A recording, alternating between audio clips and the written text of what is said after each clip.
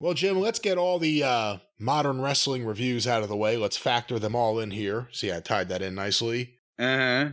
Last night, as we are recording, AEW Dynamite aired on TBS. And there was another episode, and this one was, I believe, from Quebec. Actually, they were in Quebec City. If they were in Quebec, they could be in Montreal. They could be in Verdun. They could be where Quebec is a whole province, Brian. See, first you couldn't speak English, and now you don't know your geography. I knew that was a province. Well, you're very provincial. So there. Well, there. And name all the provinces. You see, this is a problem, actually, if I could just say, as a quick aside. I think I've had this speech every, 5 years I have to make it. You're Googling this now. No, I'm not Googling anything. I just wanted to say how sad it is. When I was a kid growing up a wrestling fan, it taught me geography. And I don't think the kids today who grow up wrestling fans have that as much. I'm just glad to hear you say the phrase, the kids today. No, seriously, I knew, because there was a while, are they doing hometowns again? There was a while where there was no hometowns. Or everyone who had a exotic hometown had to move to Tampa. Yeah. I haven't even noticed. I just quit. I tune out the introductions now because I'm not a fan of any of the announcers. But yeah, you learn geography. Well, this geography is Quebec City. But now we're going to learn mathematics. Was there anybody there? I saw somebody took camera footage of the building and the pan and put it on Twitter, and it looked like a piss hole in a snowbank. But on the show, the crowd shots were tighter than the skin on a hot dog, so you couldn't tell what the fuck was going on otherwise than they had people on part of one side of the bleachers. Do we have any statistics on this thing as I ramble on? Well, according to WrestleTix, who tracks this, a day ago, so this would have been yesterday before the event. I'll see if there's anything updated.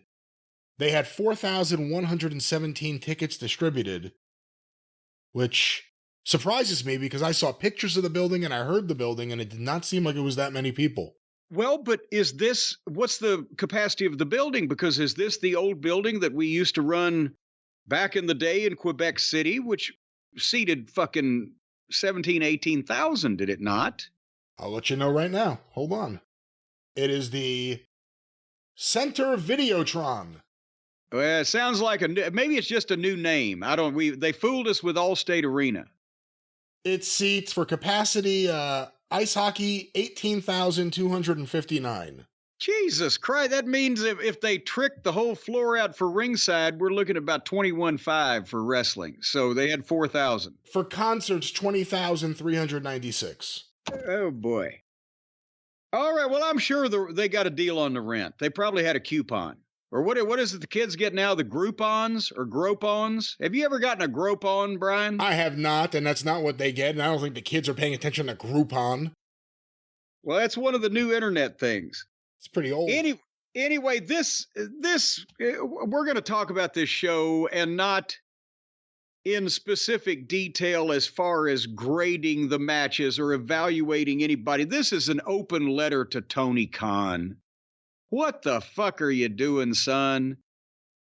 Because normally I wouldn't pay attention to a lot of these people, but since some of these people have now been given millions of dollars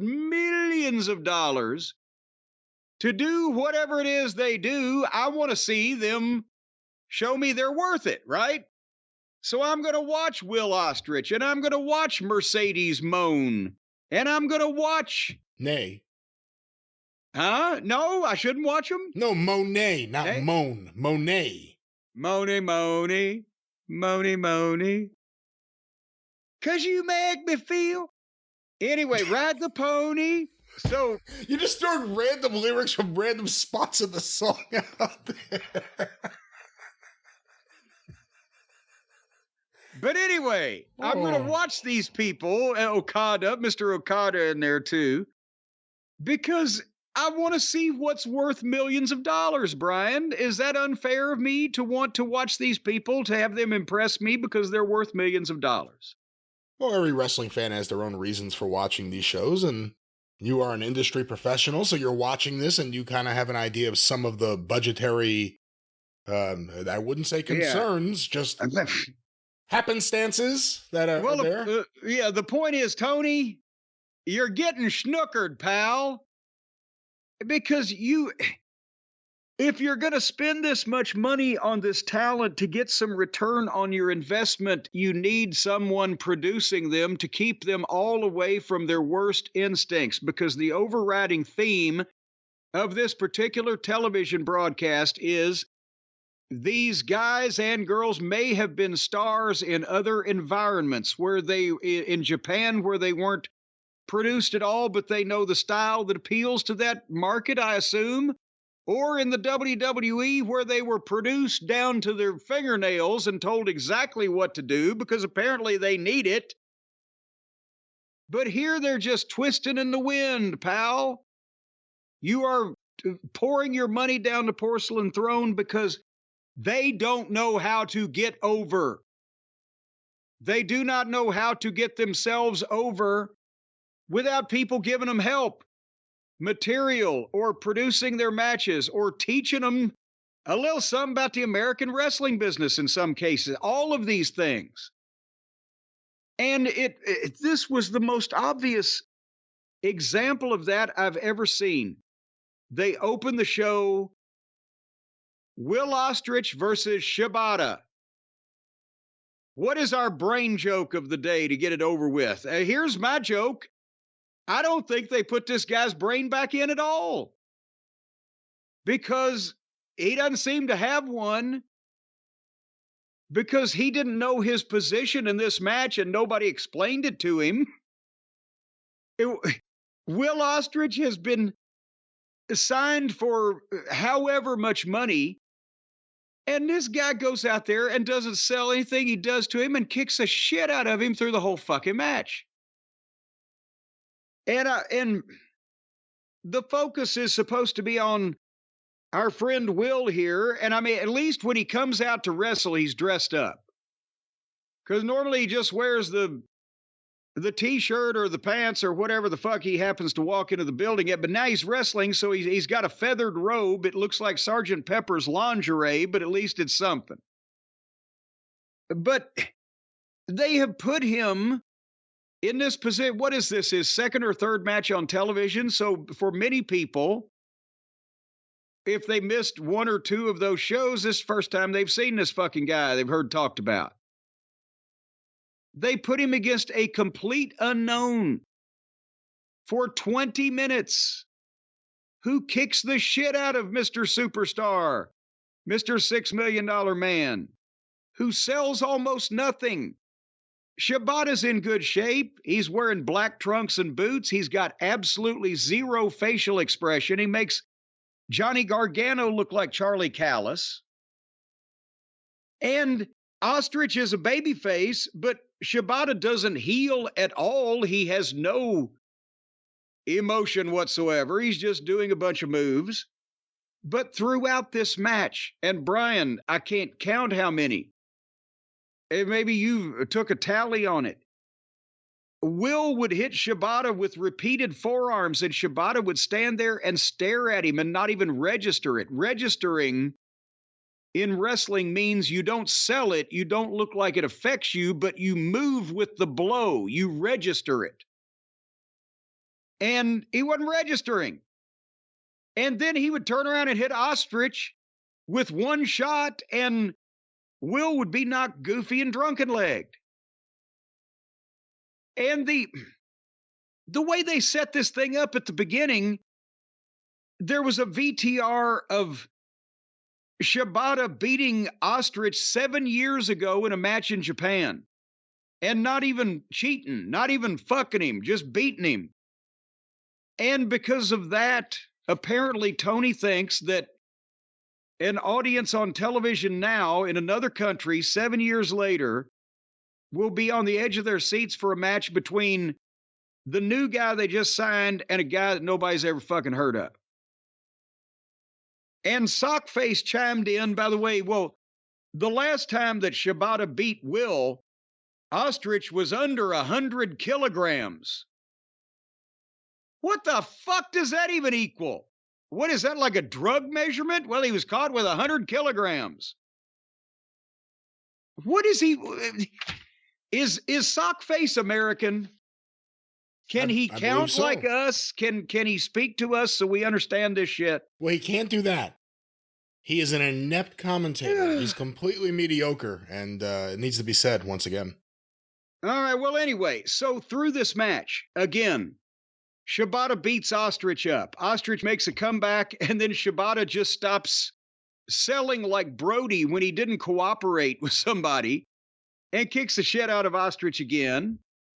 And then there was a couple of series. Shibata out wrestles Will. Will gives Shibata a German suplex. Shibata is up to his feet first and German suplexes Will. Will pops right up and does a handstand flip. But both guys' forearms were looking fake, but they would do dozens, and then Shibata would uncork one. It looked real and knock Ostrich goofy. But, I mean, there was a point where Will hits the Cody cutter and gets a 1 count, and Shibata popped up to his feet and just knocked Ostrich out with a clothesline. It didn't make any sense whatsoever. So here's the finish, Brian. Will hits a super kick, and Shibata doesn't even go down. Will then turns his back on Shibata. He's only a foot away, but he stands there until Shibata gets a sleeper on him.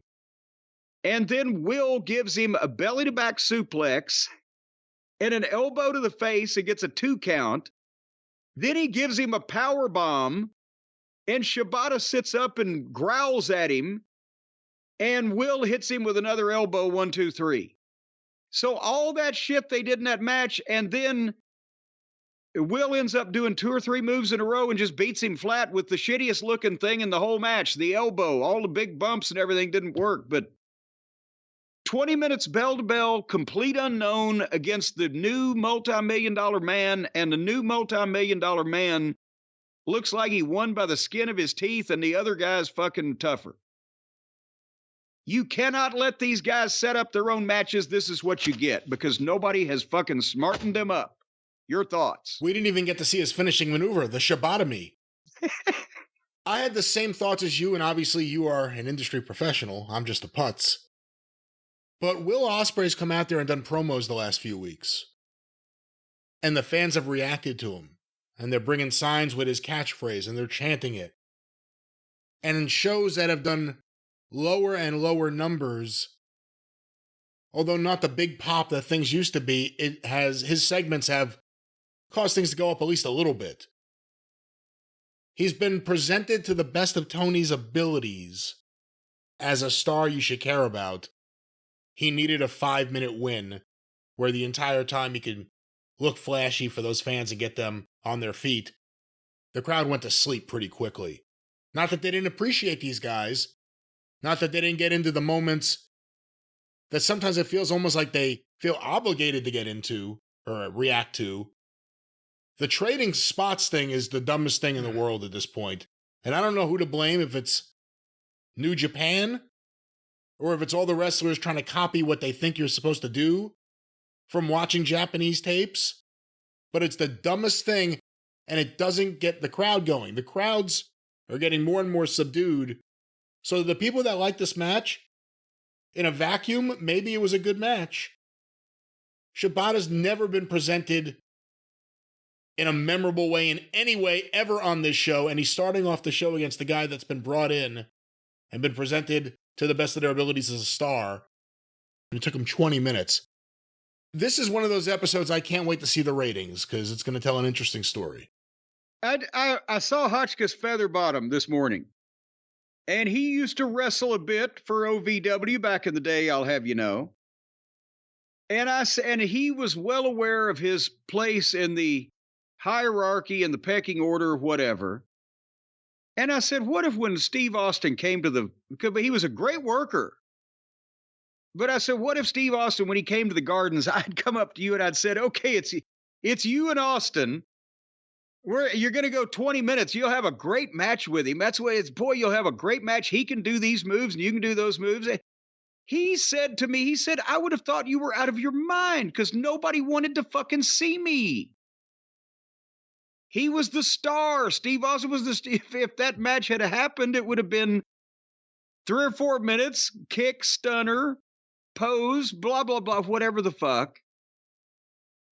But nobody is smart to the wrestling business anymore. They're just taught to do a bunch of moves and have the best match with everybody they possibly can.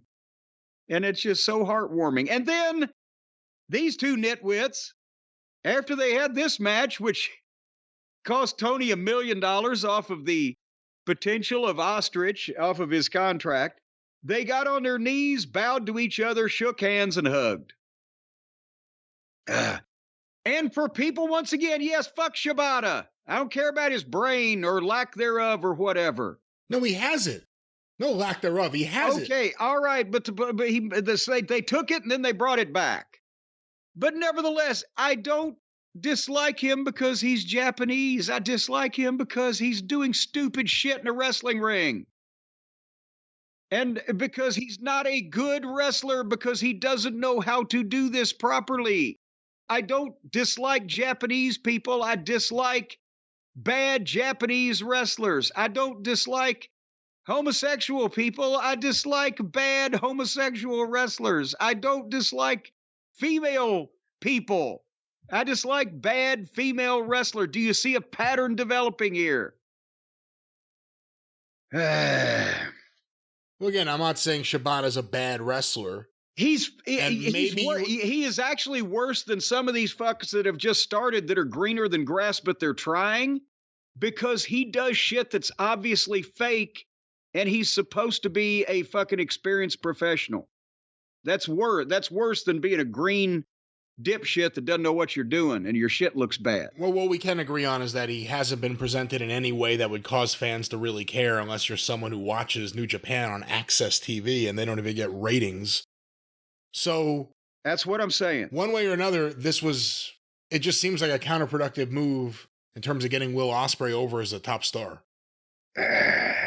But we got more to go, because there's much more money has been spent on these people. Speaking of spending money in an unfortunate manner, the Buckaroos were in the back doing more of their fake douchebaggery promo type of thing with Renee Moxley Good. And they're going to wrestle later on tonight, oh joy, oh bliss. Because it's the tag team championship tournament. Now that they've vacated their tag team title, at least they haven't had a tournament in, 6-8 weeks now, right? So the Buckaroos... And WWE's doing one too. Well, of course, they are. Buckaroos against Private Party. And remember the other fucking guy they paid a fortune to, Okada? Well, his contribution to this television program was to watch this sorry-ass fucking match on the monitor and nod while having no expression on his face. So, let's say he's getting $2 million a year. They said $4 million in the newspapers. Let's wrestler's exaggeration. If he's getting $2 million a year, that's $1 million every 6 months. That's $500,000 every 3 months. That's $250,000 in 6 weeks. That's about fucking 40 or 50 grand a week almost, right? And since he didn't do anything else on this show, I assume they paid him $40,000 or $50,000 to stand there and watch that monitor. Can you dispute my mathematics? Well, I don't know. I mean, again, I don't know if that car, did they just bring it around to each town? Or did they shoot this?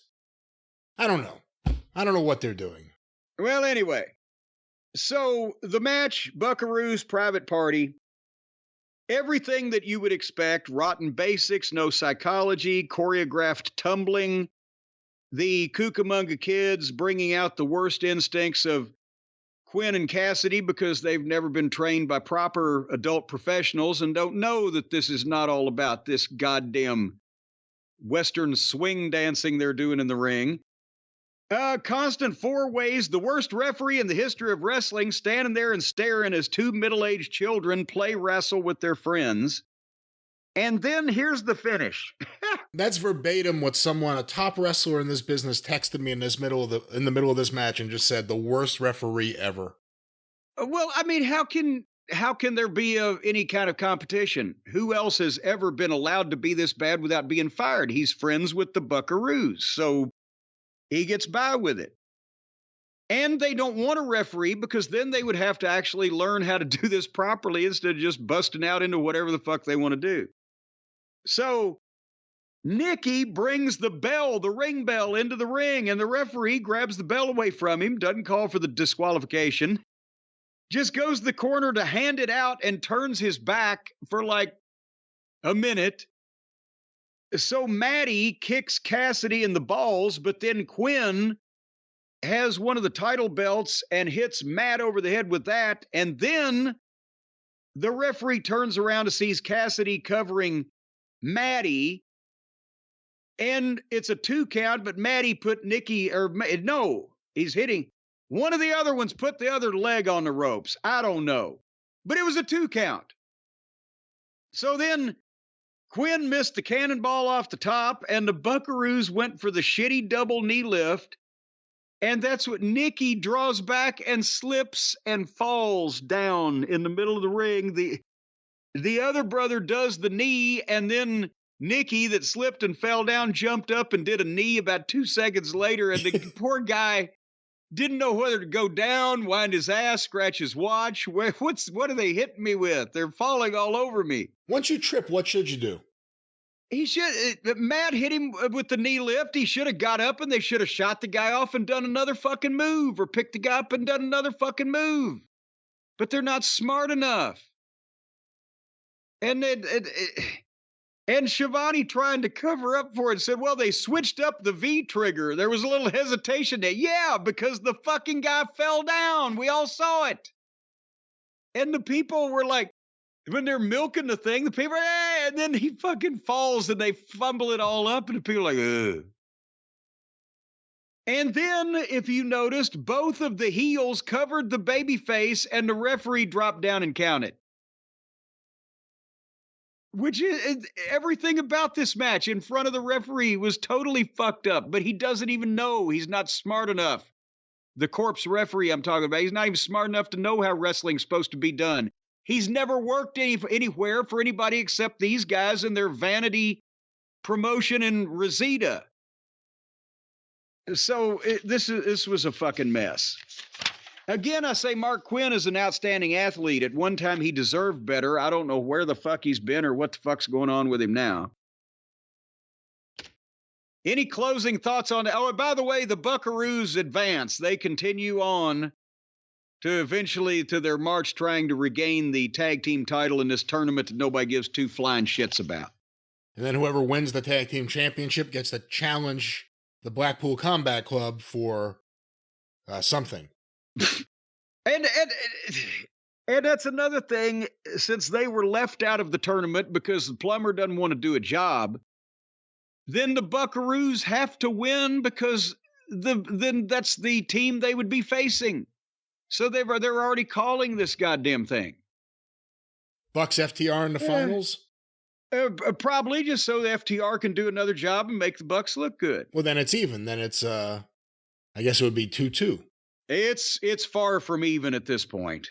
I think we can.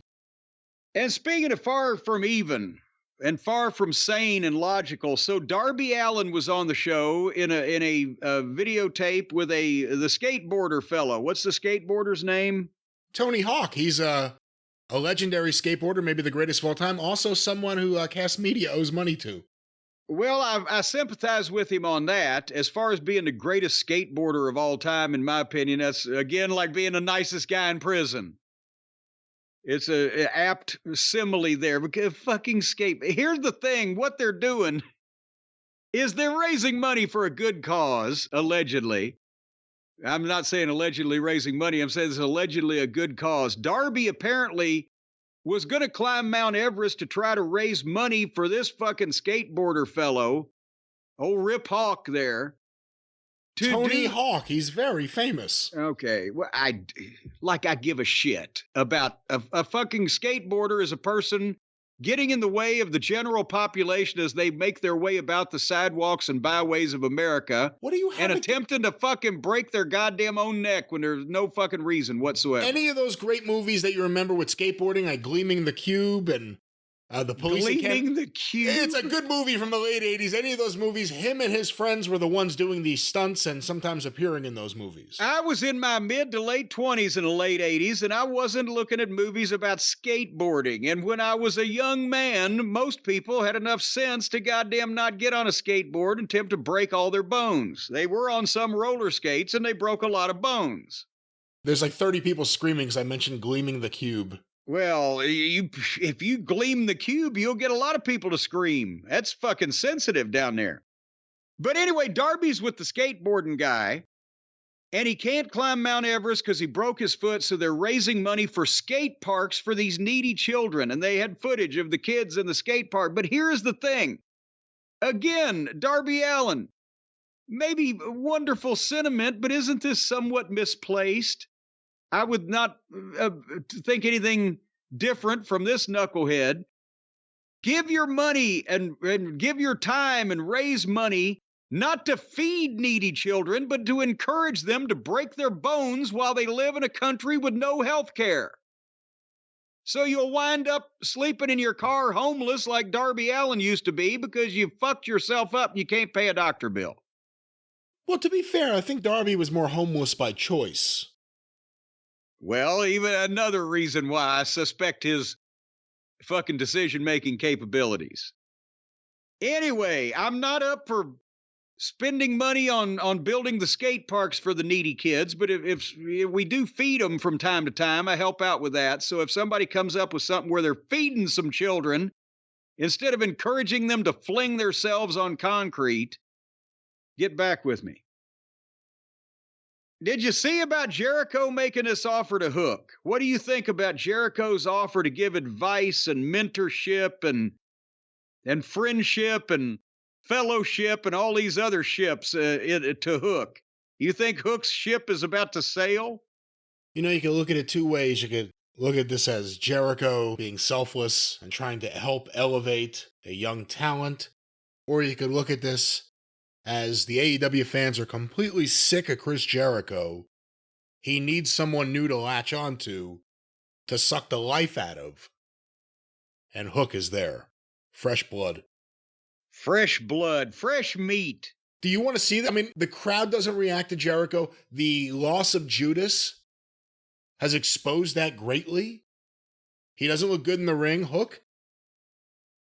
I mean, he at least hasn't been jobbed out. I mean, he's still... They like Hook naturally. He's got a natural... They like, regardless of the goofy booking, they like the kid. Because there's two logical ends to this. One is they continue on with this great relationship where Jericho's his old coach and friend forever. Strangler Lewis to Luthez. Or Jericho turns on him. And then we have that great feud, which nobody wants. Well, and Hook has acknowledged, I know who you are, Chris, but just remember, I know who you are. Well, hopefully when Chris is sitting down in front of the fireplace with his new young protege there, he'll tell him support democracy. Don't ever let your wife go to any insurrections against the United States government, that type of character building advice that all young men should get from their father figure. Do you agree with me? What I'm saying about... Exactly. That's the whole fucking... this can't be a long-term friendship or tag team, because that won't go anywhere. So something's going to happen if they get that fight, unless they just cut it off, unless they just don't follow through with what they're prefacing here. But otherwise, Jericho's going to stab him in the back and then work a program with him where he can get some response while at the same time probably diminishing Hook's luster along the way. Well, you know, Jim, Hook is from St. Mark's Place. It's very easy to get some piercings over there. Well, it used to be. Now it's like NYU. The hell? Where is this going? Well, maybe he can get some fancy earrings to distract from the Raycon earbuds that'll put in his ear so he doesn't have to listen to Chris Jericho talk, let alone sing. Well, so that what you're saying is that's why that when you took me around town there at all the hip, cool coffee shops and beatnik hangouts there in the Big Apple, that In my that time machine, yes. they were playing the bongos and they had the Gilligan haircuts Yes. We went to Cafe Wah. and that one place where they had that big Venus flytrap in the corner. They were feeding it hamburger. That one, I'll tell you, but that's what it's all about that. And where were we going? Oh, I'll tell you where we're going. We're going to the Raycons because the Raycons, ladies and gentlemen, that's why when you took me, Brian, to that neighborhood, all those people that we encountered walking down the sidewalk, they were either just shaking their heads to and fro or nodding their heads up and down, or some of them were even singing to themselves. And that's because they all had the Raycon wireless earbuds in, listening to the soundtrack that they had determined was best for their own life. Is that what you're saying to me right now? Yeah, and sadly, the village has lost that spirit. You mean, well, that's because they need more Raycons. I'm telling you right now, if anybody's in the vicinity of, what is that, Greenwich Village? Greenwich Village. Yes. Or the East Village, specifically. Greenwich Village, or over there in the east part of that village there.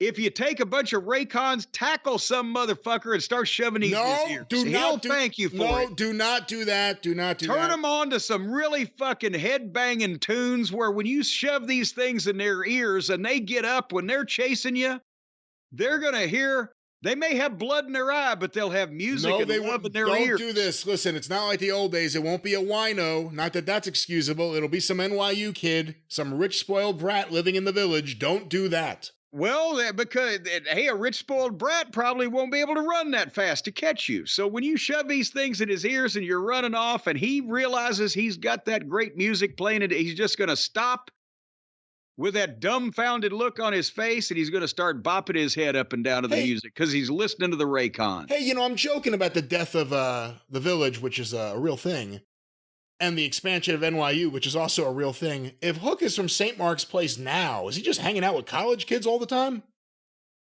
Well, that way he can cheat on his homework.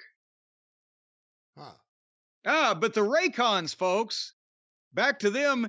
And it's easier when you're holding somebody down with your left hand and to stick these things in their ears because they have the optimized gel tips. So they fit comfortably in your ear. So you don't really need to elbow it into the side of the guy's head. Just shove it in there with your thumb and it'll go pop and it'll stay there, whether you're, running away or whether you're chasing somebody or whether you're playing basketball or engaging in playing basketball. There's a great suggestion. Well, there you go. It even says some of that here. And or if you're having conjugal relations with your significant other, they won't fall out of your head. So maybe put some dirty audio on. And that way it'll help that situation. Maybe you're someone who's trying to get to work and you want to distract yourself from the crime in the subway. Well, don't distract yourself from that, because then you might be a victim of the crime in the subway. But that's why they've got the awareness mode. You can be listening to, for example, the police, and then pop the awareness mode button and know whether you need to call the police. See how that works? That was very good. That was very good. Yeah, thank you very much. And a message also, in the bottle to you. Yes, or where you might be getting hit over the head with a bottle. That's why they've got the earbud tap function. So you tap that earbud, it'll turn it off so you can duck that bottle. That's not why they have that. Well, these things happen on the subway. And 8 hours of playtime. You can ride from one end of the subway to the other. 32 hours of battery life. And right now, the best thing is save money.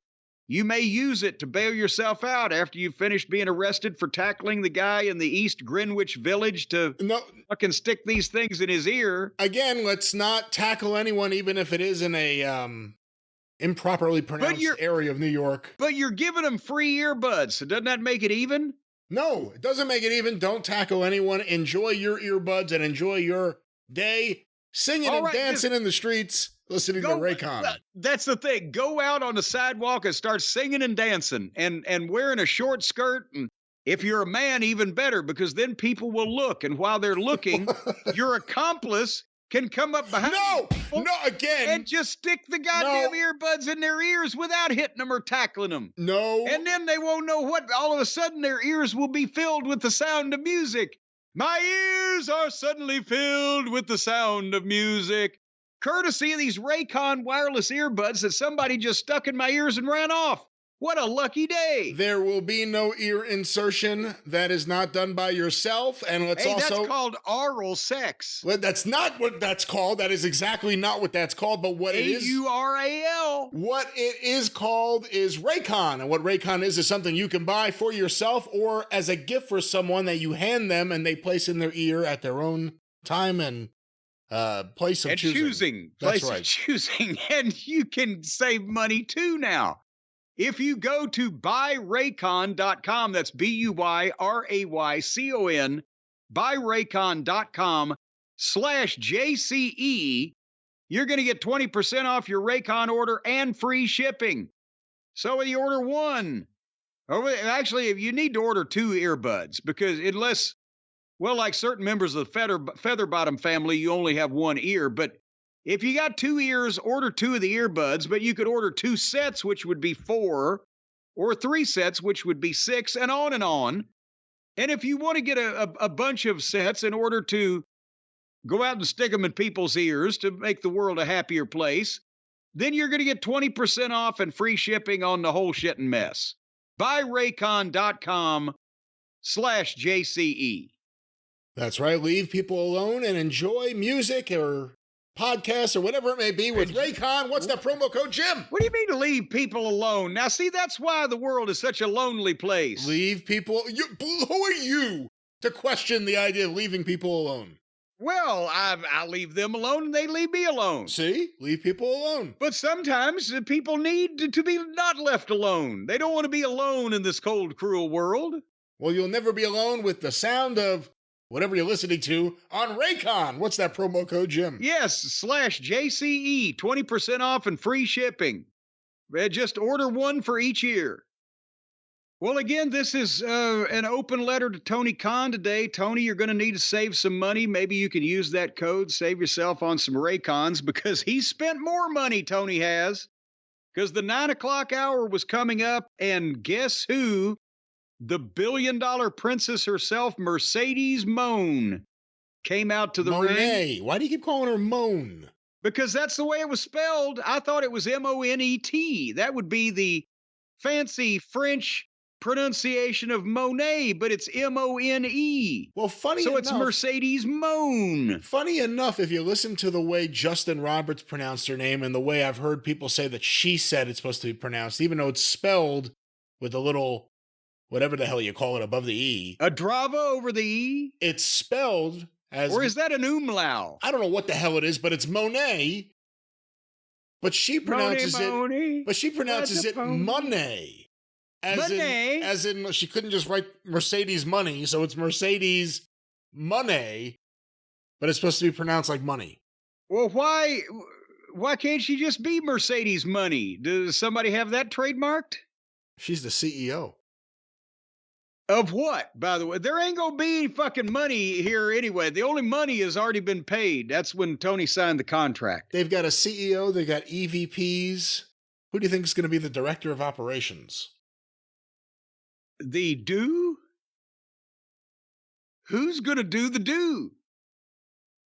So tell me again, how is Mercedes not a heel gimmick?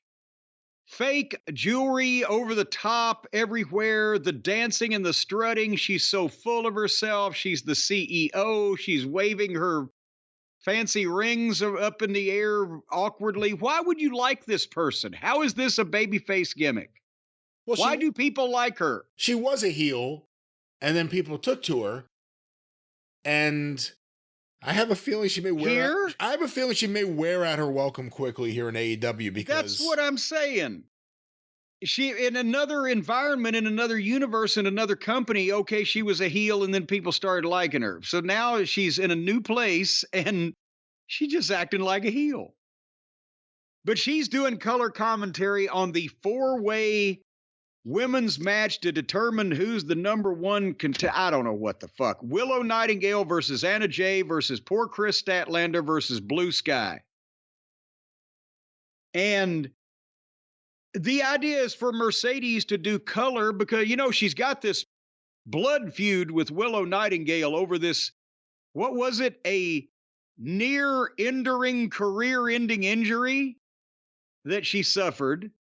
That's right. That's what she told us last week. Cost her a title. And she's going to do color to try to get interest in, I guess, herself and this issue she's got with Willow and any potential future matchups. And I don't know what the fuck happened. They gave her nothing to say. They didn't prepare her. She can't do it on her own. She had a bad reaction to prescription medicine. Was she in a coma? There was no emotion. There was no energy. She can't talk. She said nothing. She exhibited no personality. At one point, about Chris Statlander, I think she was trying to say, well, she's got the size and the strength. She said she has the strong. She's got the strength. I'm not lying. Go back and listen to this fucking thing. I had to listen to it. And they gave her the opportunity. The announcers are asking her, what about this issue with you and Willow and the history between you and Willow or whatever, a couple times to give her the opportunity to say what happened, what the injury was, what she wants to do about it. She said nothing, and in an awkward fashion. It's her story and she can't tell it. Meanwhile, in the match, you're right. Willow's got something. And if Mercedes Moan got $10 million, then Statlander deserves the Rock's deal.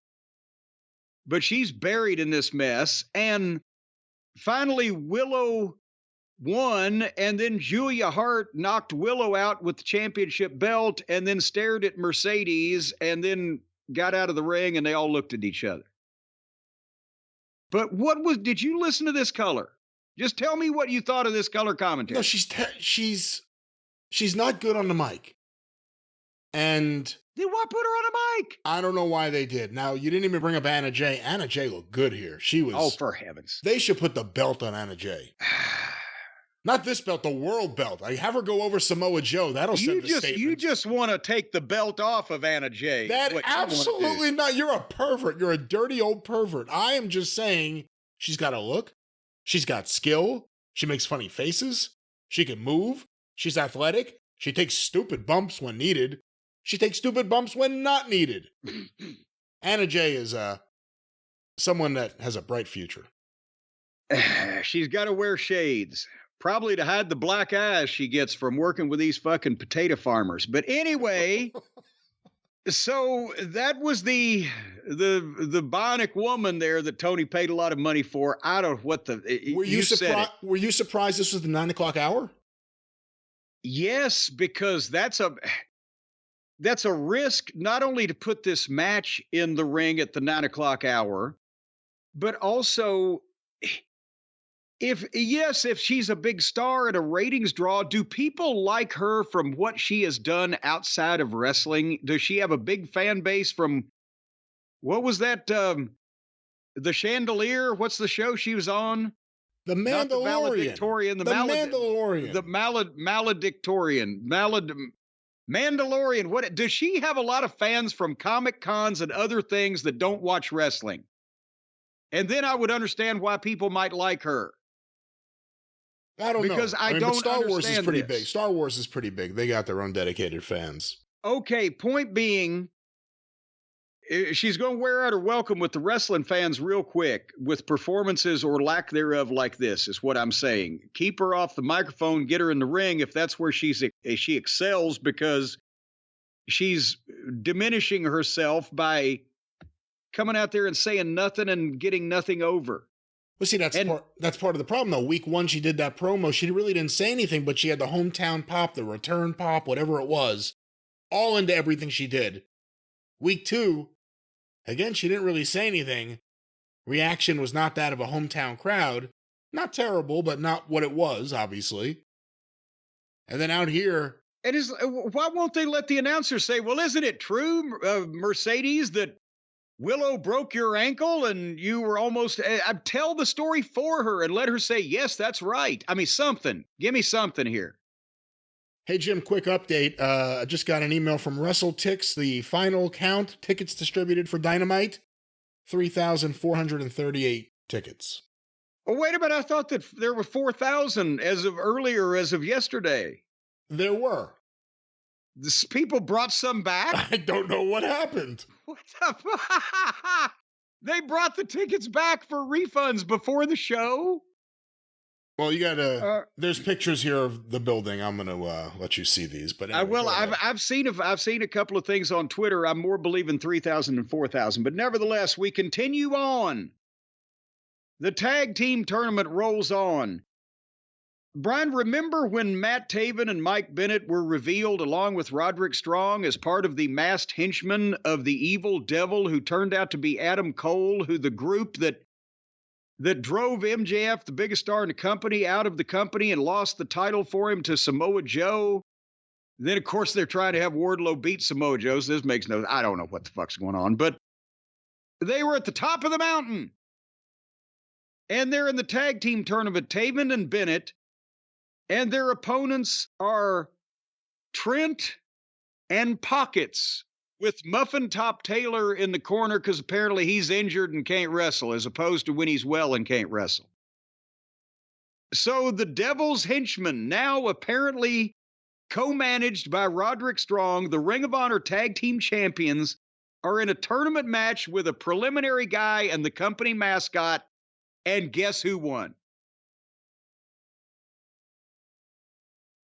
I don't know what's sadder. Taven and Bennett could have been a credible tag team and contributed to this roster, or the fact that Chuck Taylor has a job with a wrestling promotion. When there are homeless people out there that could be trained with almost no effort to be better wrestlers and would look the part more than Muffin Top Taylor, and yet he's getting paid to stand around the ring and have a skin condition. I know why. Because since they beat Taven and Bennett and the Buckaroos beat the other fucking guys, the next match is the Buckaroos versus the Best Friends. So fuck Tony Khan's money. We want to play with our friends. So we're going to have that match. Is this, are they trying to drain him dry? Wouldn't they at least want the company to be successful in part so they could keep getting this money forever? Shad's going to cut Tony off after 5 years or so. Between $500 and $700 million, I think he's going to say something. It's just a drop in the bucket. So then, did you have any comments on that tournament contest? I did not. Okay. Kyle O'Reilly was in the back. Here's a kid with a fucking different style than everybody else that works his ass off and, had something in NXT and had a little something when he was here, even though it was diminishing. And then he's off for so long. And now he comes back. He looks homeless. He says nothing. He sounds sad and listless.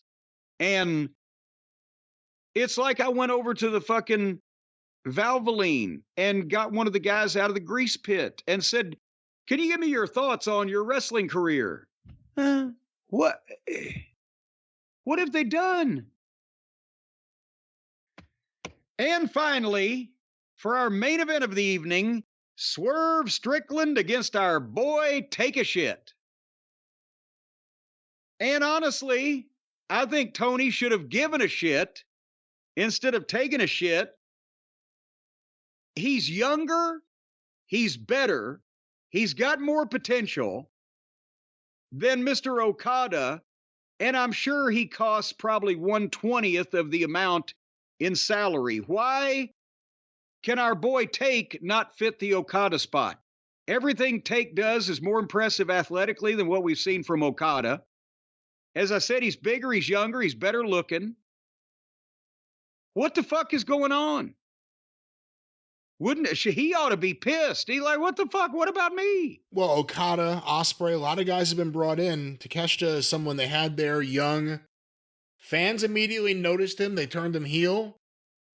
He had kind of a heel persona that worked, other than Don Callis, who sucks. What have they done with him? He doesn't win matches. So he goes out there and he has great competitive matches that he never wins. If only he was in a better place. What do you think if Take is thinking about Ibushi? Remember Ibushi? He signed a big contract, a full-time contract to come here, 3 or 4 months ago, and then went over to Japan, had a match, and blew both his ankles out. And he's had multiple surgeries, and he will probably be out for the majority of the contract. So Tony literally signed this guy to open up a hospital for him to headline. And he got a ton of money. And here's Take. He's the guy here that's working, that's making less than all of them, and the only one with any kind of potential to get over. But anyway, the Swerve and Take was a modern style match with neither guy really being a leader, but they do moves better than most guys. So that's what it was. It was the same stuff as we've been watching with different guys doing it, but executing it better. And then my DVR froze because they can't manage their time and they're trying to artificially manipulate the rating numbers. And I assume that Swerve won in the end. A good action-packed match that Swerve won in the end. And that's where Tony Khan got it, in the end. What could be the payroll on one of these telecasts alone? And we didn't even have to look at the plumber, and he's being paid millions.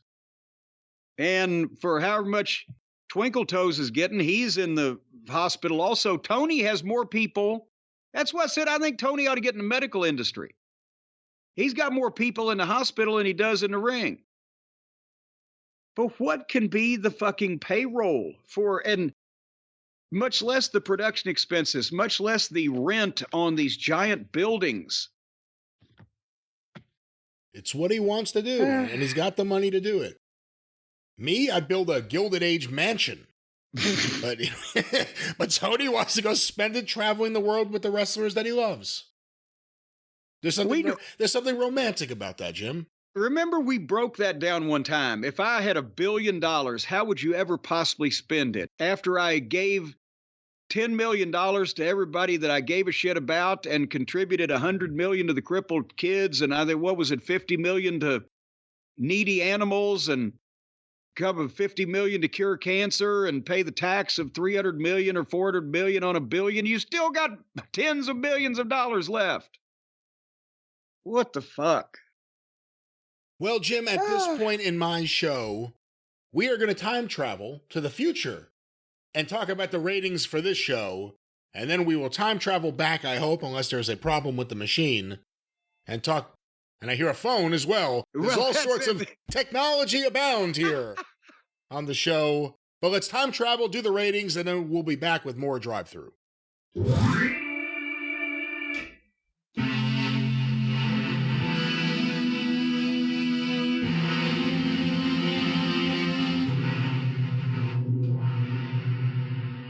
All right, that didn't go exactly how I thought it would, but we are here. There was almost a note there, but it turned into a suicide note. Oh, come on, stop that. It wasn't that bad. And I wasn't paying attention. I was getting ready to land here with the ratings after we talked about AEW Dynamite. I got to say, by the way, we took the break. The ratings have come in to you. I have no knowledge of forethought of what's going to go on here or what these ratings are, so I want you to surprise me.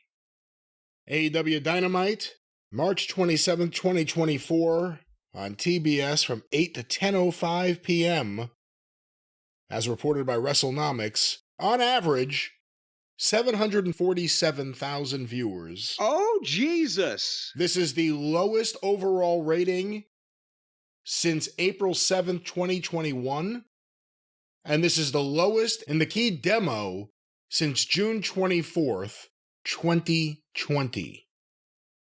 Oh, and okay, they had competition. We're in the basketball tournament where they playing games on Wednesday, but they have that tournament every year, don't they? They would have had it in 22, 23. Well, this may have been more about the NBA than the Final Four. The NBA. The NBA is doing things too.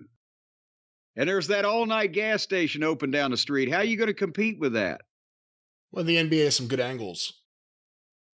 Whew. So 747, which is not a jumbo of a number for those Boeing fans out there.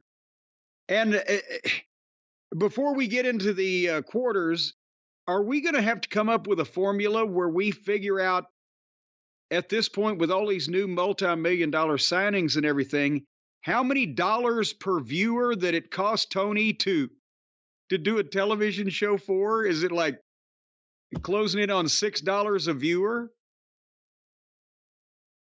You know, I don't know how anyone could be surprised. The lineup was underwhelming, and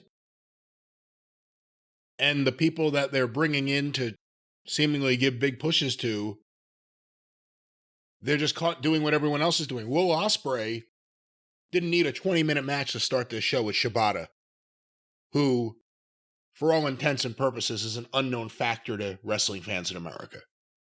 If Ospreay had been here for 2 years and been outstanding that whole time and a main event guy and everything, and then Shibata shows up and nobody knows who the fuck he is, but then he has a 20-minute match with this main event guy, then you've made Shibata. But you can't make Ospreay and make Shibata at the same time. They're two different recipes. But speaking of the first event, where did we start on the road to where we finished? Well, quarter one, once again, these were reported by WrestleNomics. Quarter one, 8 to 8:15 p.m. Katsuyori. That what? Hold on, I never say his first name. I never say his first name. Just Katsuyori. Katsuyori. I said Katsuyori. Katsuyori Shibata. Shoo-poopy. Versus Will Ospreay with picture-in-picture ads. 939,000 viewers. Oh, boy, howdy. Methinks this might get interesting toward the latter stages of this if they started out at the same place that they normally do.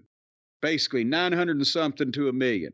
Well, they started out lower than that. This is below the trend line. Well, I know, but they're usually 940, 950 to 1 million thereabouts at the start. This is on the lower end of that.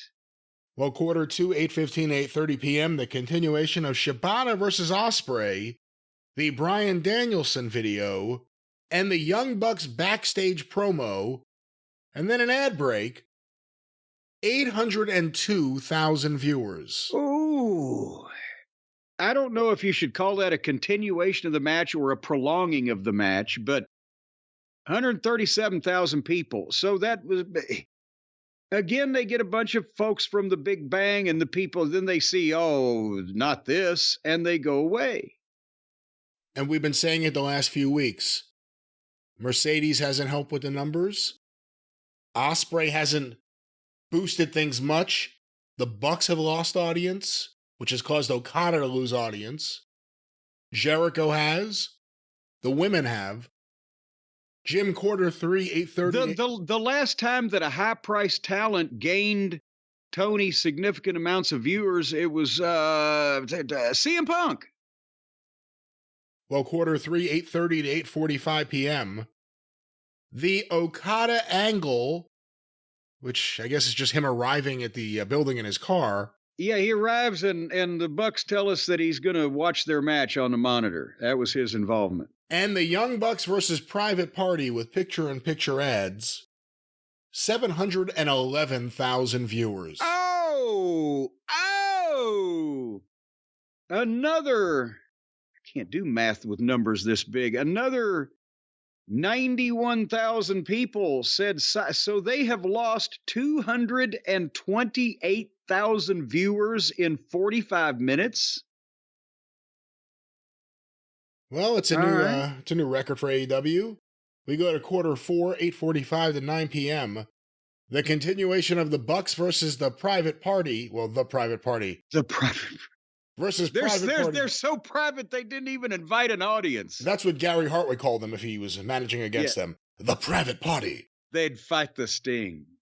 Then we have Swerve Strickland and Konosuke Takeshita's video, an ad break, Darby Allin and Tony Hawk's video, and Chris Jericho propositioning Hook backstage. That's a good way to put it, since he's going to fuck him. 776,000 viewers.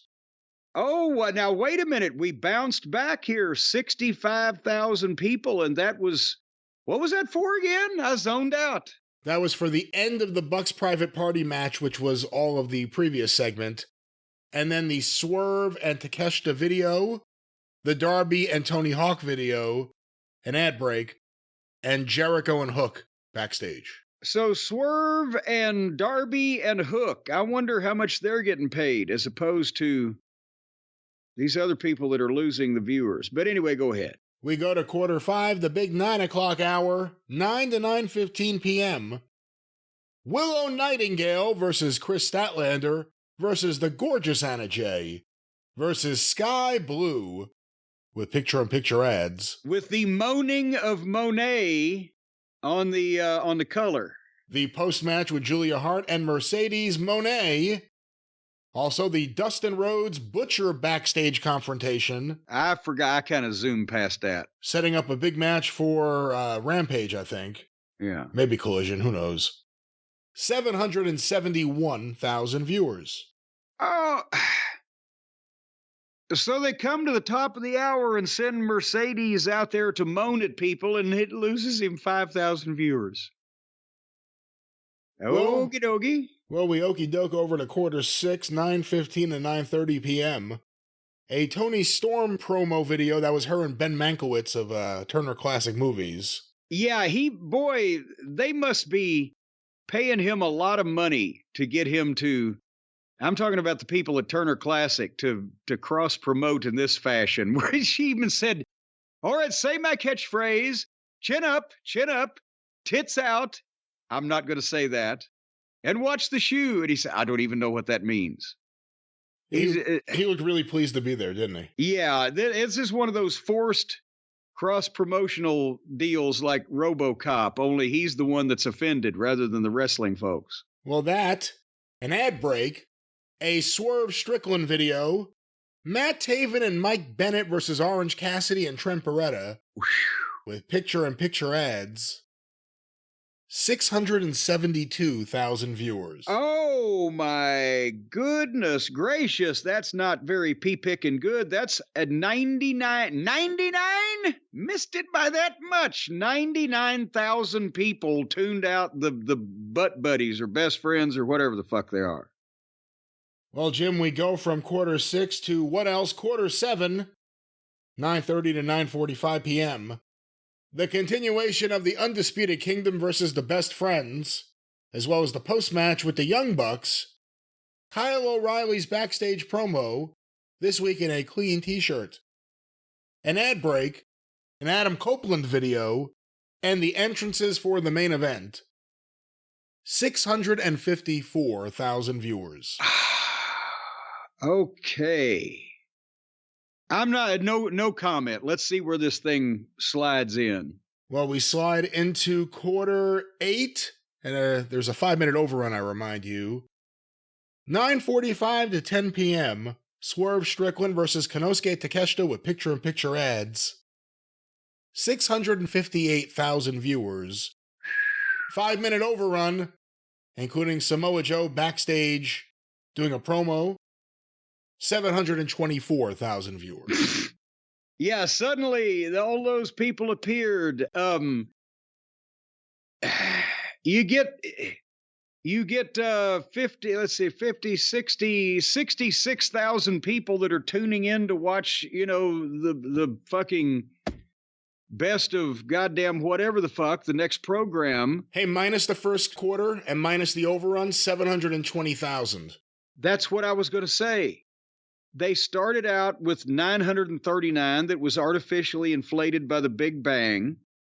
They do the 5-minute overrun so they can catch those 60 or 75,000 people that are wanting to watch whatever the fuck is on following.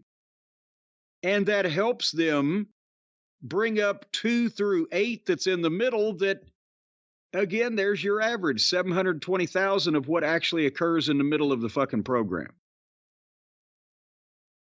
And if you want to take their number as legitimate that they started 939,000 people, then By the time they got to the low point, which was quarter 7 in this whole thing, they had lost 240. Wait a minute. God damn it again, these large numbers.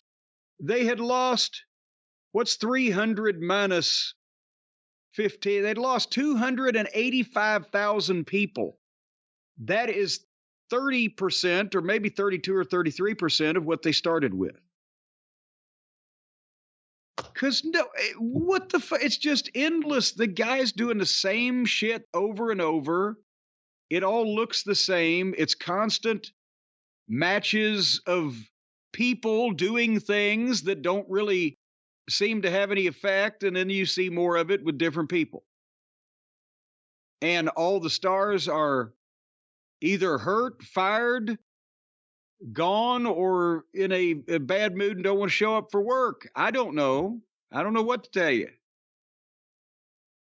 No, like I said, no one should be surprised. Will Ospreay comes in, you're thinking, okay, they're going to pivot from him being a heel in a heel faction, go with him as a top babyface. They put him in a long competitive match he didn't need. It may have made some of the smart fans happy, but the same people raving about the matches are going to be the only people left at this point. And for anyone saying, oh, they still did good, they were, I see they're here. They were number 3 on cable. They're hemorrhaging viewers every week. You can predict which wrestlers and which segments will do it more than others and almost always be right. It's not about the time as much as the people, very often. But we're still supposed to pretend like they're better than what they could be, because they could be lower. But they used to be higher. When we used to do the average a few weeks ago, just a few weeks ago, it would be like in the 800s. Now we're here. And the TV's not getting better. And it's appealing to people. It's not appealing to the big audience. It's appealing to the smallest of the small audience.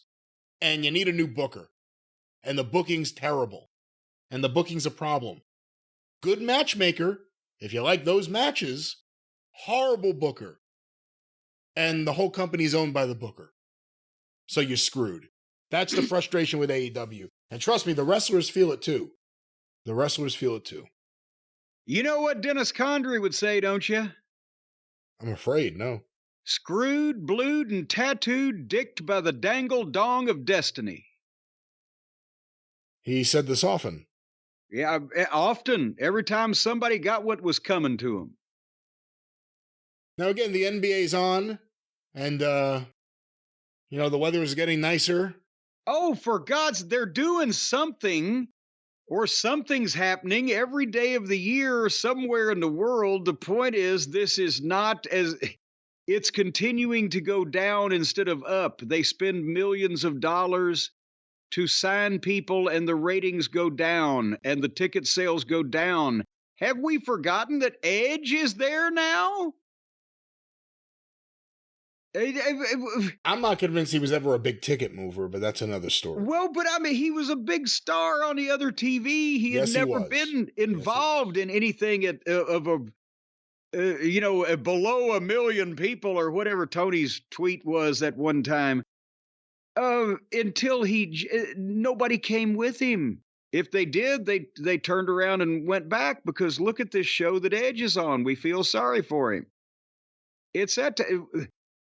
You've got to acknowledge that when the only signing, the only thing that Tony has done that moved every metric, whether it was pay-per-view, although they do wonderful, they do the same audience on pay-per-view within 40 or 50,000 either way on every one, because that's their dedicated audience, right?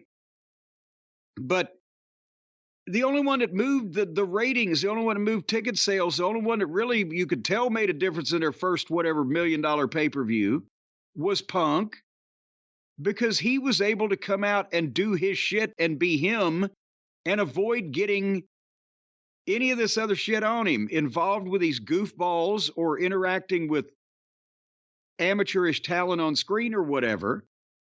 But everybody else they've signed for however many $1 million or $100,000 or whatever, from the WWE or from Japan or from Cucamonga, they've been doing Tony shit like everybody else does in the same way as everybody else does. And nobody gives a shit about that. And that's why it doesn't move any numbers. They go down because the stars do not bring this show up.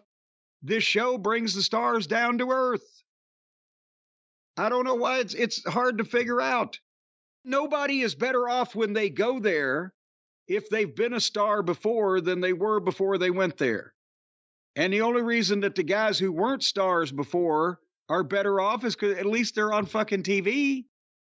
But that may not be good because of the way that they're being fucking exposed in the most brutal sense of the word. They're being exposed. All their worst weaknesses are being exploited and their strengths are being hidden.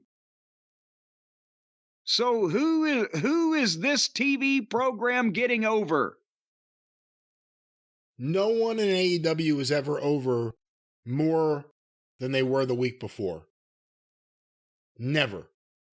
Mercedes Moné already, whatever bump she gave them, and she didn't really give them one in terms of the ratings, but does she already just not seem as special as she did a few weeks ago? She didn't really do anything yet. Will Ospreay, same thing. Takeshita, squandered. If you're someone who loves Omega and the Bucks, have they been used well? Has anyone been used well? Hobbs. How many restarts has there been for Hobbs? How many restarts for Wardlow? Who knows what's going to happen when MJF comes back? Because the company's in much worse shape today than it was when he got hurt. Moxley. Is Moxley even what he was in 2020 right now? And for the people that mark out for the Bryan Danielson stuff, the bigger audience doesn't. And that's the problem. And, you know, at a certain point... And Danielson's retiring anyway. At a certain point, TNA could have thrown any amount of money at anyone. They weren't going to get past certain barriers that they kind of set for themselves once they didn't make it past certain points previously. It's starting to feel like AEW is hitting that point. That there is no game changer because you know what the game is no matter who's there. Raw feels fresh. Raw has a lot of older guys doing promos yelling at each other. And it feels like the young, fresh show. AEW, the crowd is dead. They'll react at times, and for near falls, they sit there silent. And they get smaller. They've had a few big shows lately, and give them credit for that. But no one's over. They need top guys, and they can't. Tony can't establish anyone. Tony is not good at booking. And instead of certain people who Tony listens to, who know he's not good at booking, coming out and saying Tony shouldn't be booking, they try to make excuses or give advice or, well, no, Tony should, you have to do things like this. No, you shouldn't book. You shouldn't book. Even if you think fans can book, Tony's had a 5-year run. Look at how things are now. He shouldn't be doing this. And anyone who doesn't come out and say that isn't doing him any favors. You're pretending. You're just making him happy by pretending. And it's sad. Oh, yes. Because AEW sucks right now. I'm the great pretender. Here's another song for you, Tony. Every year is getting shorter, never seem to find the time. Plans that either come to naught or half a page of scribbled lines. You need to turn over the book to someone before time runs out. Someone who is not a New Japan fan, they can appreciate it, but someone who understands how to do angle-driven, exciting wrestling. Not wrestling based around long matches where every guy does the exact same thing. And every guy kicks out of the exact same thing. And they trade the exact same chops back and forth. Something different. Because this is getting stale quick. And also it helps that the other channel has superstars, celebrities in every position. Their announcers are fucking stars in their own goddamn environment. They've got movie stars. They've got fucking UFC stars. They've got wrestling stars. They got all the stars. As Barnett would say, look at all my beautiful stars. And then over here, you got a bunch of people who the fans are looking at like the average fan would look in. Remember when the Jericho NBA crossover on Twitter happened? They were surprised that Jericho was still wrestling, and look at him. He's in the fucking minor league now. It's starting to get that fucking sniff to it. Anyway. It certainly is, but you know what? Speaking of Tony Khan and sniffing, and well, actually they have nothing to do with each other, but Jim, I think it's now time that we travel back from where we came. Yes. In the past. We are leaving the future. Let me get the machine warmed up. Let's take a snort of that time travel music.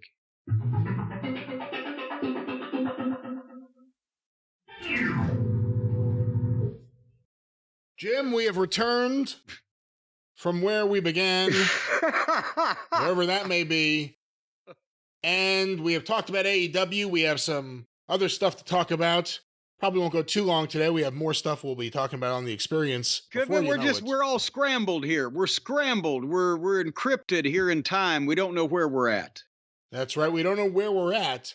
And we also don't know how we'll see what we want to see, because we are indeed time traveling like the Sherman and Peabody of wrestling. I'll let you figure out who's who, ladies and gentlemen. But Jim, wherever you may be, whatever continent you may be on or in the sky. You're grasping, you're trying to. I don't know how I'm going to get there. You need to access content. You don't know how you're going to get your favorite content. You need to be able to get past whatever barriers are up there. ExpressVPN. Well, they're back. Our friends at ExpressVPN, you've been waiting on them, folks, because we've had so much wonderful feedback from the quality service that the people at ExpressVPN provide. And Brian, now not only do you need ExpressVPN so you can access this programming from around the world, and we found out some people in England or the UK or over in Bolivia or Guatemala, they can see shows that we can't see. So we have ExpressVPN to make these people think that we're in Guatemala or Bolivia or the Isle of Malta so that we can watch these programs. You wouldn't believe the cooking shows on the Isle of Malta, but nevertheless, Brian, there's another problem here. Some things have been going on that you don't know. Did you realize that every time that you connect to an unencrypted network, let's say you're out at a hotel or an airport or a cafe. Actually, if you're a person who frequents cafes, you deserve to have something bad happen to you. What does that mean? Well, that's only for those hoity-toity, little nose stuck up in the air snobs. You have a little neighborhood cafe. You want to go get some coffee and something to eat? What's the problem? Oh, a little cafe out there on the French Riviera with all the fucking millionaires and billionaires. Fuck them all. But anyway. That could be your talk show, Mercedes Monet's Cafe. The Monet Cafe. The Monet Cafe. And I understand they overcharge for everything on the menu. But nevertheless, let's say you're at a hotel and an airport. That's where normal people go. But did you know that if you take one of these the ding-dang ding-dongs, they've got these doodads. What do they call them? Laptops? Yeah, you get on the Wi-Fi networks in the hotels and airports with your laptop or your device or whatever. Did you know, Brian, were you aware that any hacker on the same network can gain access to your personal data, the passwords, the finance? They just swoop right into your computer when you connect to this network. It's like opening up a main artery to an evil, vicious poison in your bloodstream. What do they do? They get in. Do they just hang out by the gate at the airport, or do they hang out in the lobby at the hotel and just wait for people? Well, here's the thing. Apparently, from what I'm being told by the folks at ExpressVPN, there is a ring of 12-year-old children that are operating out of a discount hardware store, and they're going around to all these places and stealing all your personal information whenever you log on to one of these not true goddamn networks. Well, of course, it is true. It's not true, and you did not hear that from ExpressVPN. Let's make sure we say that right now. It is true. It says right here, it doesn't take much technical knowledge to hack someone. Just some cheap hardware is needed. A smart 12-year-old could do it. So these 12-year-old kids operating out of these discount hardware stores. No, there's no hardware store. It says just cheap hardware is needed. It says they can do it, not that they will do it, not that they would do it, not that it will happen. They're getting a cheap hammer and a saw and an auger and a level. Cheap hammer? And it says cheap hardware, and they're going out, these 12-year-old kids, And they are hacking into people's laptops when they turn their back at the network, at the hotel and the airport and the cafe. At the network. Well, they're on the network. And you know, hackers can make up to $1,000 a person selling personal information on the dark web. As a matter of fact, some people I'd like some information on, I'd pay even more than that. But that's what you're risking, not only, and by the way, remember, folks, it is the ExpressVPN people that brought light to the problem, the growing problem that we've been spreading awareness about, that the big major internet providers have people secreted in the walls of your home listening to whatever you're doing. We've established this is not true. This is a figment of your imagination. This is not true. No, we've talked about it. That's why 2 people show up and only 1 leaves every time the cable company comes to your house. But now we know that not only are there people in the walls of your home, but when you go out in public, there's some 12-year-old brat that's too smart for his own good with a goddamn cheap fucking hacksaw ready to fucking steal all your information and sell it to the Russians. It's easy enough to hack you that a 12-year-old could do it, not that there's a gang of 12-year-olds operating and selling information on the dark web. Well, not that we know of. That's because they're smart and it's dark. But I'll tell you, right now, ExpressVPN is going to stop all this, because do you know that right here it says it would take a hacker with a supercomputer over 1 billion years, 1 billion years to get past ExpressVPN's encryption fucking thing they got going on? That if it would take a supercomputer 1 billion years, a 12-year-old with a goddamn chisel ain't going to cut it, right? So all you do is fire up the app and click one button, and you are protected. And as long as you pay these people at ExpressVPN regularly and on time and in good currency that's spendable, then you're protected. But now the day that you let the fucking bill lapse now, some of your shit's going to blow up. But that's no. Nothing is going to blow up, so let's not say that or joke about that. Well, blow up in the technical sense that, you know, it's just going to be all... it's going to be all scrambled. Well, when you turn it on, that's the technical sense of blow up. Yeah, it's all scrambled. You can't tell what's going on because they got your shit in their hands. They can send it to fucking Nigeria or goddamn the wilds of Australia. You never know where your shit's going around the world with ExpressVPN. They keep people on their toes. If somebody's chasing you, I never know where your shit is going. I never know. Well, they're going to rack up a hell of a fucking trans bill if somebody's chasing you, because ExpressVPN is relocating you all around the globe, so they can't pin you down. Of course, it is hectic. You need to pack light. But anyway, secure your online data today by visiting expressvpn.com/JCE. That's expressvpn.com/JCE. You get an extra 3 months free. So that's 3 more months you don't have to worry about some of these fucking delinquent children hitting you over the head and stealing your personal information, and you don't have to worry about the people in your walls, and nobody's going to know where even your immediate family will not be able to find you with ExpressVPN. Nobody's going to be able to track you down. It's like you vanish. All right, well, I don't think it's like that at all, but once again, access your favorite programs, whatever they may be on, wherever that may be, with ExpressVPN. And protect yourself. What's that promo code, Jim? Protect yourself. JCE.